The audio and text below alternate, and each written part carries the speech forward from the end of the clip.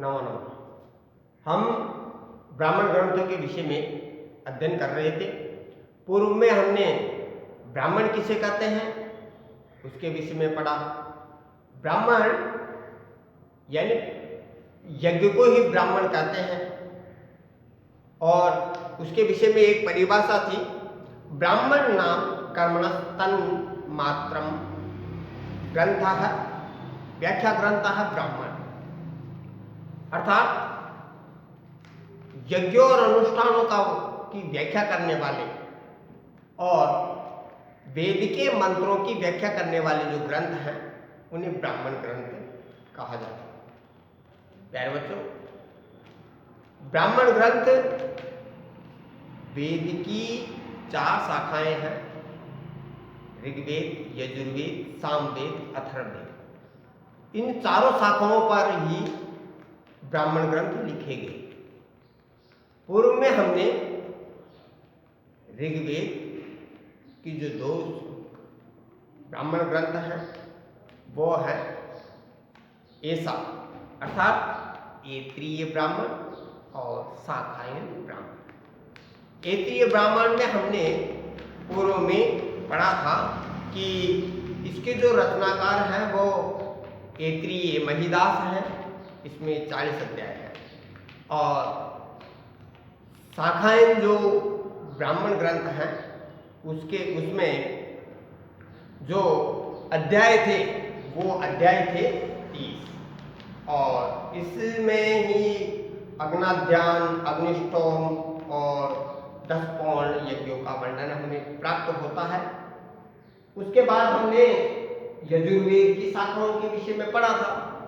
यजुर्वेद की शाखाओं में भी 7 थे, जो संक्षिप्त में हमने पढ़ा था 7। 7 का मतलब होता है 100। शतपथ ब्राह्मण ग्रंथ अर्थात शतपथ ब्राह्मण ग्रंथ में 100 अध्याय हैं। अब हमने क्योंकि वेद की शाखा पर आधारित था, इसके 2 भाग हैं। पहला है माध्यान्ह और दूसरी है कांड शाखा। माध्यान्ह जो शाखा थी उसमें भी 100 अध्याय और 14 कांड थे, जबकि कांड शाखा में 104 अध्याय और 17 कांड थे। फिर हमने यजुर्वेद की दूसरी शाखा पढ़ी थी, तैत्रीय शाखा। तैत्रीय शाखा यजुर्वेद की एकमात्र शाखा थी और इसमें 3 कांड थे और राजसूय यज्ञ, सोम यज्ञ, वाजपेयी यज्ञ, इनका वर्णन भी हमें प्राप्त होता है।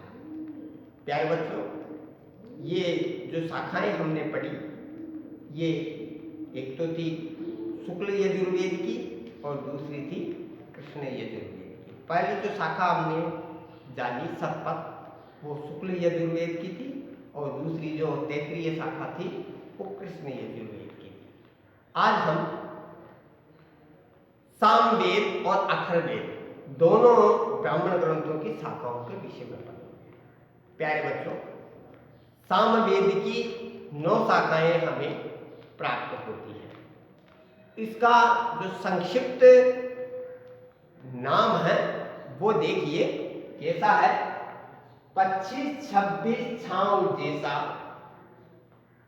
आदेश सम। हित तो मैंने जोड़ दिया है, लेकिन आदेशम यहां से भी अपन इसका अर्थ ग्रहण कर सकते हैं और समहित से भी हम इसका अर्थ ग्रहण कर सकते हैं। तो एक बार इसको देख लीजिए।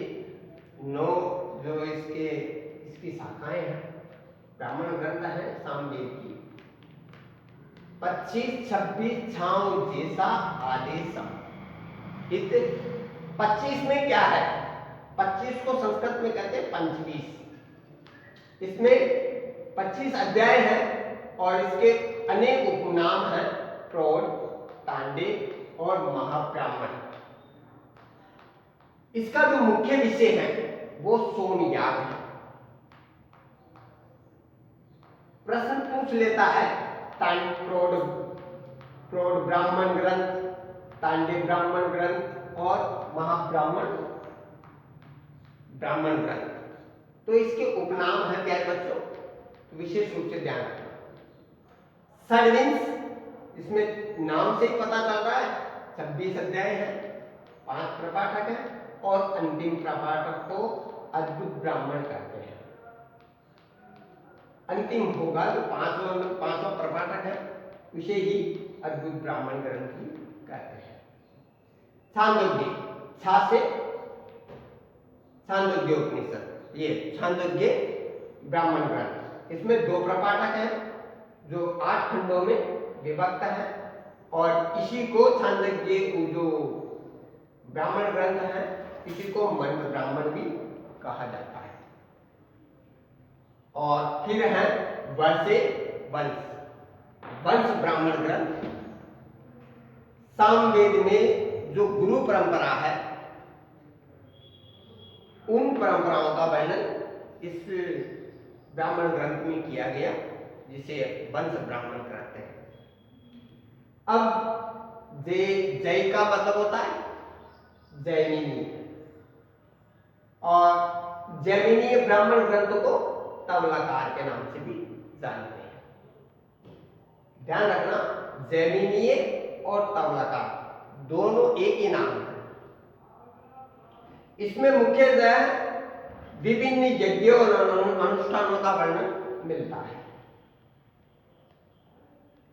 यज्ञ प्रमुख विषय हैं, तो जितने भी यज्ञ हैं उनका वर्णन इसी में मिलेगा, जैमिनी और तबलाकार, और इन पे आरण्यक भी लिखे गए हैं।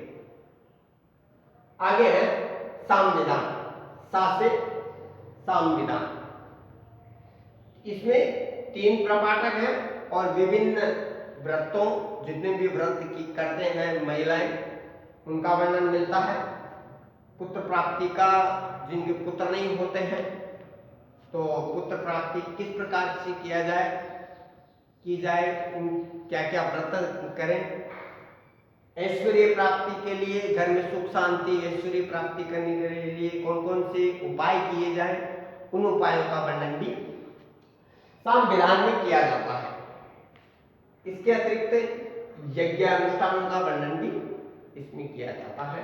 तो 3 प्रपाठक हैं, व्रतों, पुत्रों और ऐश्वर्य प्राप्ति के लिए किए जाने वाले यज्ञ और अनुष्ठानों का वर्णन इस सामविधान में किया जाता है।